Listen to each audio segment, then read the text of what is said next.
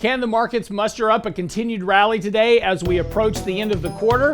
That's coming up on 3 Minutes on Markets and Money.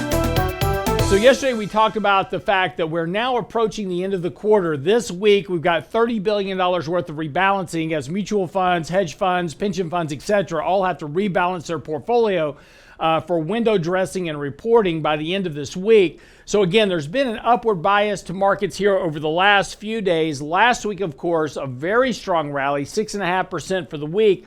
Yesterday, markets started out of the gate a bit weak, rallied into positive territory, but actually just kind of consolidated all day yesterday. Now this morning, Dow futures are up about 200 points this morning. The NASDAQ up as well. S&P up about 23 points. So again, markets looking to open up higher this morning as we continue to try to push towards that end of the week rebalancing. This morning, markets are going to open up and try to start challenging the 20-day moving average. Above that, we're going to run into the 50-day moving average, which is basically where the markets consolidated below back in late May, early June, before the breakdown that we had to new lows. Now, if the markets can get back up to this 50-day moving average, that's going to be right around 4,000 on the S&P. That's a good level to start reducing some risk in portfolios.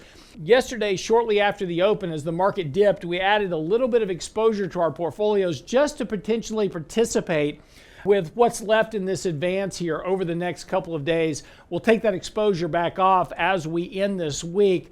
But again, this is just a trading opportunity as we expect this market to try to grind its way higher here over the next few days. Now, if the markets can get above 4,000, that's going to open up the market to a bit more of an advance, probably something like we saw back here in March, maybe challenge the top end of this range, but there's a lot of things that may impede that advance here over the next couple of months, particularly as the Fed continues to hike rates, reduce their balance sheet, inflation remains a problem, and economic data has been very weak here as of late.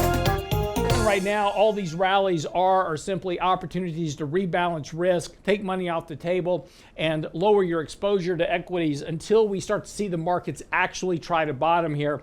Right now, we are on buy signals really across the board, so that's giving the market some ability to move higher here. Markets are not grossly overbought yet, so that does provide some of that fuel here for markets to try to grind their way higher here over the next few days. But again, let me just repeat, use that opportunity to reduce risk. There's still a lot of trap longs in this market that are just looking for an exit. So as we get these rallies, all these rallies are meeting a lot of selling as people try to get out of the markets. And again, that's what you would expect here at this phase of the cycle. I'm your host, Lance Roberts, for 3 Minutes on Markets and Money. See you back here tomorrow.